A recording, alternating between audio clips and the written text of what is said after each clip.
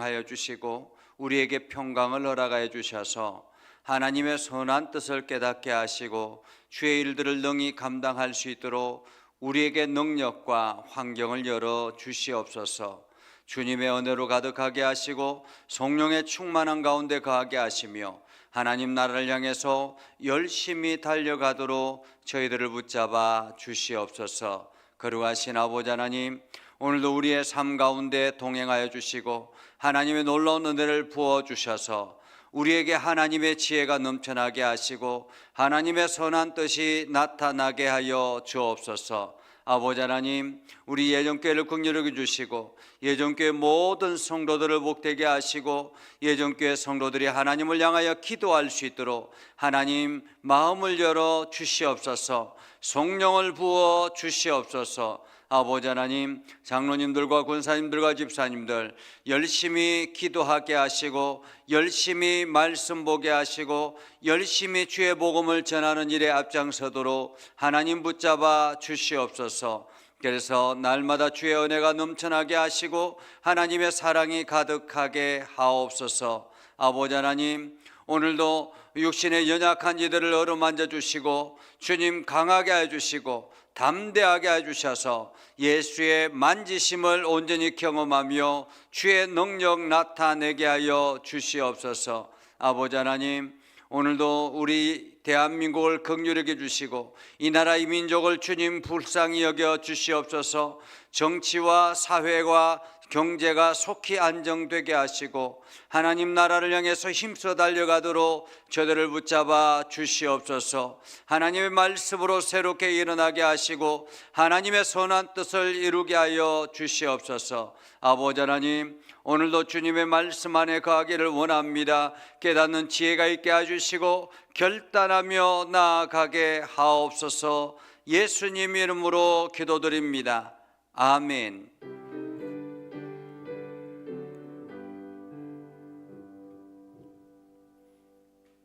하나님의 말씀은 요한복음 11장 1절에서 16절입니다. 요한복음 11장 1절에서 16절. 온라인상에서 우리 김정남 권사님, 정현호 장로님, 김광식 장로님, 곽선호 권사님 함께 참여해 주셨습니다.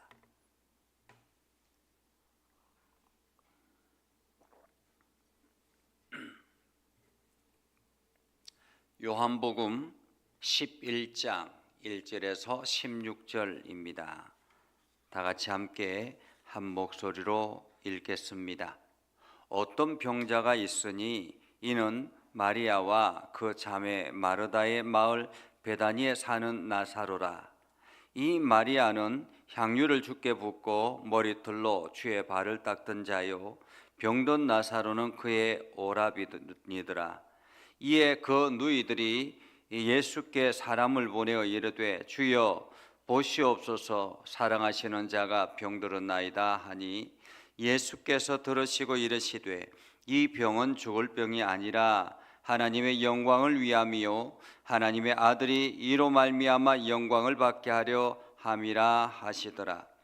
예수께서 본래 마르다와 그 동생과 나사로를 사랑하시더니 나사로가 병들었다 함을 들으시고 그 계시던 곳에 이틀을 더 유하시고 그 후에 제자들에게 이르시되 유대로 다시 가자 하시니 제자들이 말하되 랍비여, 방금도 유대인들이 돌로 치려 하였는데 또 그리로 가시려 하나이까? 예수께서 대답하시되 낮이 12시간이 아니냐?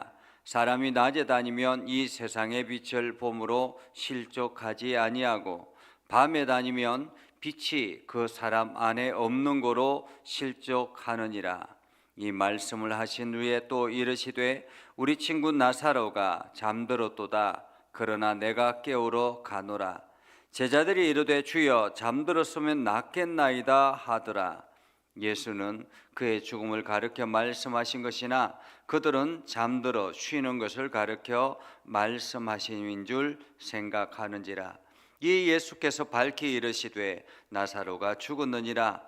내가 거기 있지 아니한 것을 너희를 위하여 기뻐하노니 이는 너희로 믿게 하려 함이라. 그러나 그에게로 가자 하시니 디두모라고도 하는 도마가 다른 제자들에게 말하되 우리도 주와 함께 죽으러 가자 하니라. 아멘. 오늘도 하나님의 은혜가 여러분의 삶에 가득하기를 바랍니다. 여러분을 통해서 하나님의 일하심을 온전히 경험하며 나아갈 수 있기를 주님의 이름으로 축복합니다. 우리가 성경의 말씀을 읽고 또 설교를 듣고 할 때마다 하나님의 말씀과 우리의 생각이 다를 때가 있습니다. 또한 목회자를 통해서 강단에서 말씀을 전하는데 강단 아래에서 성도들이 그 말씀을 들을 때 하나님의 의도와 혹은 목회자의 의도와 다르게 그 말씀을 받아들이는 경우들도 있습니다. 그것은 나의 생각과 하나님의 생각이 다를 때 일어나는 것이죠.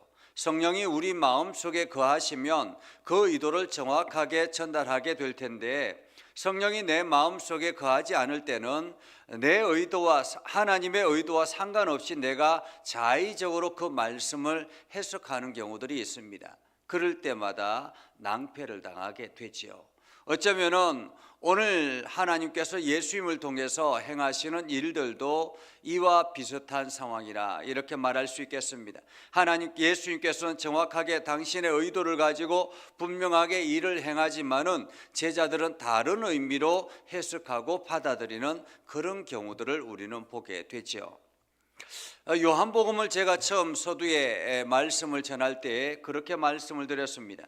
요한복음은 철저하게 예수님을 하나님의 아들로서 표현하기 위해서 하나님의 아들임을 증명하기 위해서 요한복음을 기록했다라고 그렇게 말씀을 드렸습니다. 그렇기 때문에 요한복음에는 아주 독특한 것이 두 가지가 있는데 하나는 나는 뭐뭇이다. 즉 예수님께서 당신이 곧 세상의 빛이다. 나는 양의 문이다. 나는 선한 목자다. 이렇게 당신이 곧 하나님 나라를 향하는 키라고 말씀하셨다라는 것입니다. 그것은 자기 자신을 메시아로 드러내는 그런 모습이죠. 그리고 또 한 가지 독특한 것은 이 요한복음에만 예수님께서 행하시는 표적이 7가지 표적을 기록하고 있습니다. 이외에도 많은 예수님이 행하시는 일들이 있었지만은 그러나 요한복음에서는 예수님이 하나님의 아들로서 정확하게 표현하면서 등장하시는 그 표적들이 7가지가 있다라는 것입니다. 그 첫 번째가 우리가 잘 알고 있는 것처럼 가나안 혼인잔치에서 물로 포도주를 만드는 사건이 있었죠. 그리고 난 다음에 왕의 신하의 아들을 고치는 사건도 있었습니다. 그리고 베데스다 연못에서 38년 된 병자를 이렇게 세우는 일도 있었죠.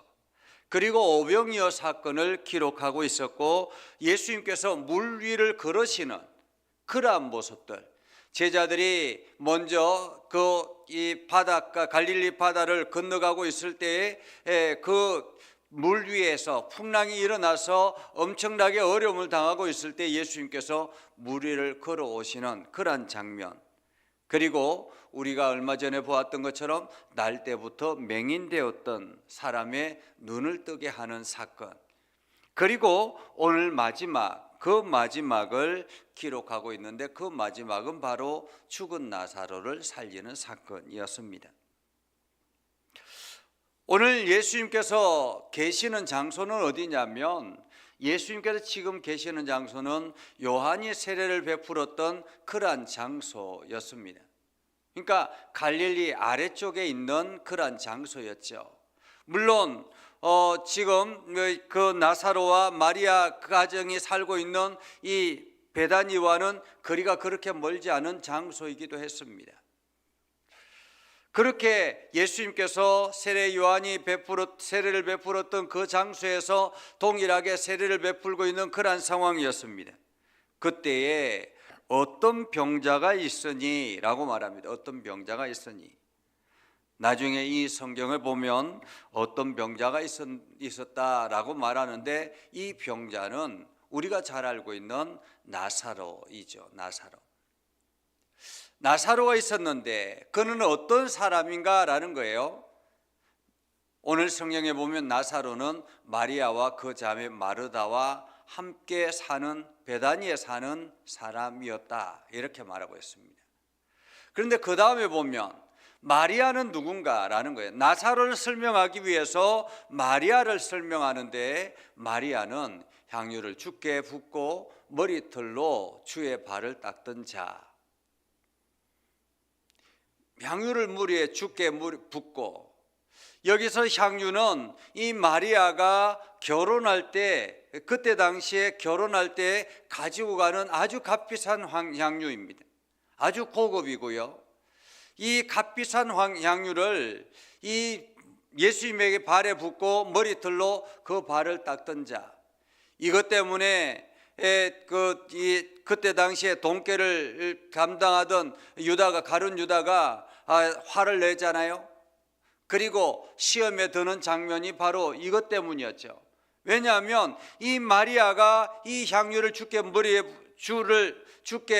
부을 때에, 발에 부을 때에 이것을 가지면 엄청난 사람들이 먹고 살 수 있는데 왜 이것을 허비 안 있느냐라고 그렇게 이야기를 했습니다. 그러자 예수님께서 가만두어라, 그가 나의 장례를 준비하는 것이다 라고 말씀하잖아요. 그것 때문에 가룟 유다가 시험에 들어서 그만 예수님을 팔기로 작정을 하는 그러한 사건이 있었죠. 바로 그러한 마리아, 그만큼 마리아는 예수님을 사랑했다라는 것입니다. 그런데 그 마리아가 병든 나사로는 그의 오라비더라. 그러니까 이 세 남매가 함께 살았다라는 거죠. 부모님이 누구인지는 알 수 없습니다. 부모님이 지금 살아계시는지도 알 수 없습니다. 전혀 성경에는 그것을 기록하지 않습니다. 성경에서 중요한 인물은 바로 이 마리아와 그리고 나사로, 그리고 다른 성경에는 마르다까지 포함되어 있죠. 자, 그렇게 이 누이들이 예수님께 사람을 보냈습니다. 주여 보시옵소서, 사랑하시는 자가 병들었나이다. 사랑하시는 자가 병들었나이다.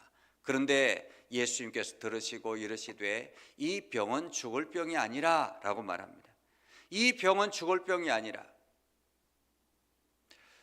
지금 이 가족들은 오라비가 죽을 병이 들어가지고 지금 골골하고 있는데, 그래서 예수님이 빨리 와서 낫게 해주기를 소망하는 마음으로 예수님에게 사람을 보냈는데, 그런데 예수님께서 그 이야기를 듣고는 이 병은 죽을 병이 아니다 라고 말합니다. 죽을 병이 아니다. 예수님께서 그 나사로를 사랑하고 있다면 당장에 달려가야 되는 것이 옳지 않습니까? 그런데 예수님께서 이 나사로가 병이 들린 것은 하나님의 영광을 위함이다 라고 말해요. 하나님의 영광을 위함이다. 예수님께서 날 때부터 맹인된 자도 그렇게 이야기하죠. 누구 죄 때문에 이렇게 날 때부터 맹인이 되었습니까? 라고 했을 때 그는 누구의 죄 때문이 아니라 하나님의 영광을 나타내기 위해서라고 그렇게 표현합니다. 때로는 우리가 인생에 어려움이 닥치고 고난이 찾아왔을 때, 우리의 힘으로 도저히 감당할 수 없는 일이 일어났을 때, 이것이 우리의 죄 때문이 아니라면 분명한 사실은 그것은 하나님의 영광을 위해서, 나타내기 위해서라는 것입니다. 나의 죄 때문이 아니라면 이것은 분명하게 하나님께서 당신의 영광을 나타내기 위해서 나를 이렇게 사용하기 위해서 이러한 상황에 처하겠다라는 말이죠. 하나님은 그냥 우리를 시험의 장소로, 위기의 장소로 몰아내지는 않습니다. 그것을 통해서 무언가를 나타내기 위해서라는 거죠. 그렇기 때문에 우리가 인생을 살면서 고난이 찾아오거나 여러 가지 어려움이 찾아왔을 때 가장 먼저 우리가 점검해야 될 것은 이것이 나의 죄 때문인가 아닌가, 이것을 먼저 점검해야 합니다. 만약에 내가 잘못해서, 하나님 앞에 잘못해서 하나님으로부터 벌을 받는 것이라면 철저하게 회개의 장소로 나아가야 되는 거죠. 자기의 죄를 주님 앞에 고백하고 주님 용서해 주십시오. 주님의 긍휼을 구해야 하는 것입니다. 그러나 나의 죄 때문이 아니라는 생각이 든다면, 내가 하나님 앞에 특별하게 잘못한 것도 없고 내가 하나님 앞에 특별히 죄를 지은 것도 없다라고 생각이 되어진다면, 기도할 때 나의 죄가 전혀 생각이 떠오르지 않는다라면 그 다음에 우리가 기억해야 될 것은 바로 이것입니다. 하나님의 영광을 드러내기 위해서 이러한 문제가 일어났다. 그렇다면 어떻게 해야 될까요? 하나님, 오늘도 이것을 통해서 하나님의 영광을 드러내기를 원한다면, 하나님, 이 문제를 통해서 하나님 역사하여 주시옵소서. 이 문제를 통해서 하나님의 일하심을 세상 사람들이 보게 하여 주시옵소서. 내가 이것을 통해서 어떻게 해야 합니까? 라고 기도해야 하는 것입니다. 자, 오늘 나사로가 병든 것은 그들의 죄가 아니라 하나님의 영광을 위해서라고 말합니다. 하나님의 아들이 이로 말미암아 영광을 받게 하려 하심이라 라고 말씀하고 있죠. 분명하게 나사로가 병든 것은 하나님의 목적이 있었다라는 것입니다. 그러면서 예수께서 본래 마르다와 그 동생과 나사로를 사랑하시더니, 예수님께서 나사로를 사랑하지 않은 것이 아니었습니다. 사랑했다라는 것입니다. 그런데 오늘 성경에 보면 나사로가 병들었다함을 들으시고 그 계시던 곳에 이틀을 더 유하셨다라고 말합니다. 너무 이상하지 않습니까? 이틀을 더 유하셨다. 지금 나사로가 병이 들었으면 당장에 달려가야 되는 것이 옳은데 오히려 그 이틀을 더 유하셨다라는 것입니다. 만약에 이 이틀 동안에 예수님께서 뭔가 특별한 일을 할 일이 있었다면 그것을 성경에 기록해 놓았겠죠. 그런데 성경에 기록이 없다라는 것은 특별한 일이 아니었다라는 것입니다. 그런데도 불구하고 이틀을 더 지체했다라고 말합니다. 왜 그러셨을까? 왜 이틀을 더 지체했을까? 그리고 이 이틀 동안에 어떤 일들이 일어나게 됐을까? 우리는 생각해 보게 되지요. 자, 그리고 난 다음에 그 후에 제자들에게 이르시되 유대로 다시 가자. 유대로 다시 가자. 이 유대는 베다니가 있는 지역을 유대라고 그렇게 이야기합니다. 유대 땅에는 베다니가 있고 베들레헴이 있고 예루살렘이 있습니다. 이러한 도시들이 있었는데 지금 이 나사로가 사는 곳이 바로 베다니였습니다. 그런데 유대는 어떤 곳이었습니까? 얼마 전까지만 해도 예수님께서 예루살렘에서 솔로몬 행각에서 거닐고 있을 때 유대 사람들이 모여가지고 예수님을 에워싸고 이야기합니다. 당신이 조금 더 분명하게 메시아면 메시아답게 이야기를 해라. 그러자 예수님께서 말씀하자 사람들이 분이 나서 돌을 들어서 치려고 하지 않습니까? 죽이려고 했었죠. 그래서 예수님께서 그 자리를 피해서 나와서 세례 요한이 세례 주는 그 장소로 갔던 것입니다. 그런데 다시 그곳으로 가자라고 이야기합니다. 다시 그곳으로. 그러자 제자들이 만류하죠. 라비어, 선생님, 방금도 얼마 전까지만 해도 유대인들이 돌로 치려 하는 것을 아시지 않습니까? 왜 거리로 다시 가려고 합니까? 라고 묻습니다. 그러자 예수님께서 말씀하시기를 낮이 12시간이 아니냐. 사람이 낮에 다니면 이 세상의 빛을 봄으로 실족하지 아니한다. 다시 말하면 지금은 낮이다 라는 것입니다. 낮이다. 낮이기 때문에 이 세상의 빛을 봄으로 실족하지 아니하고 밤에 다니면 빛이 그 사람 안에 없는 거로 실족하게 된다라고 말합니다. 아직까지는 지금 낮이기 때문에 괜찮다라는 말이기도 하죠. 이 말씀을 하신 후에 우리 친구 나사로가 잠들었도다. 내가 가서 깨워야 되겠다라고 말합니다. 잠들었다. 오늘 예수님은 나사로를 친구라고 이야기합니다. 나사로를 친구라. 그러면서 잠들었다라고 합니다. 그런데 제자들은 뭐라고 생각합니까?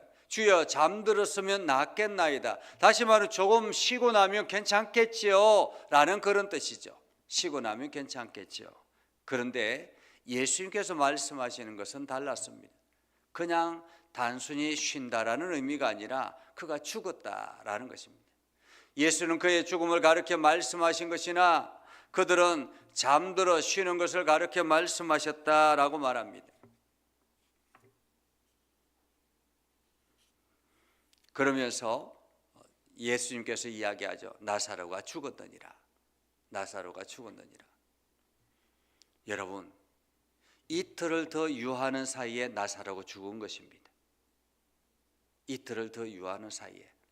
어쩌면 마리아나 마르다는 그렇게 생각했을 수 있겠죠. 예수님께서 이 유대 땅으로 다시 돌아오는 것을 위험천만하기 때문에 일부러 안 오신 것으로 생각했을 수 있습니다.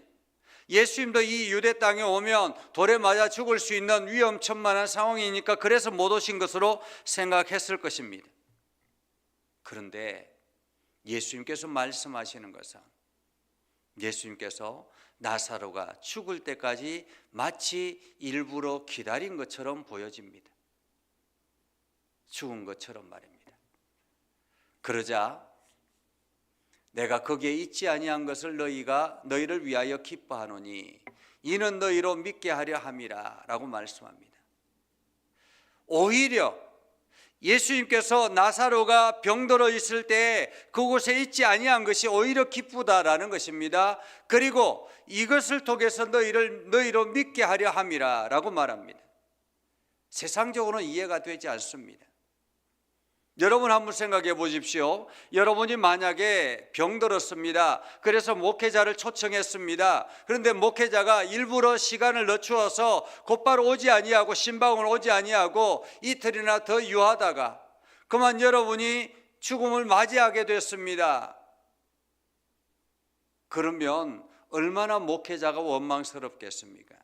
그런데 목회자가 하는 말이 오히려 내가 그때 그곳에 가지 않은 것이 참으로 기쁘다 라고 말한다면 참으로 원망스럽겠지요. 그렇지 않겠습니까? 오늘 예수님께서 말씀하시는 것이 내가 극히 잊지 아니한 것은 너희를 위하여 기뻐하노라. 이는 너희로 믿게 하려 함이라. 그러나 그에게로 가자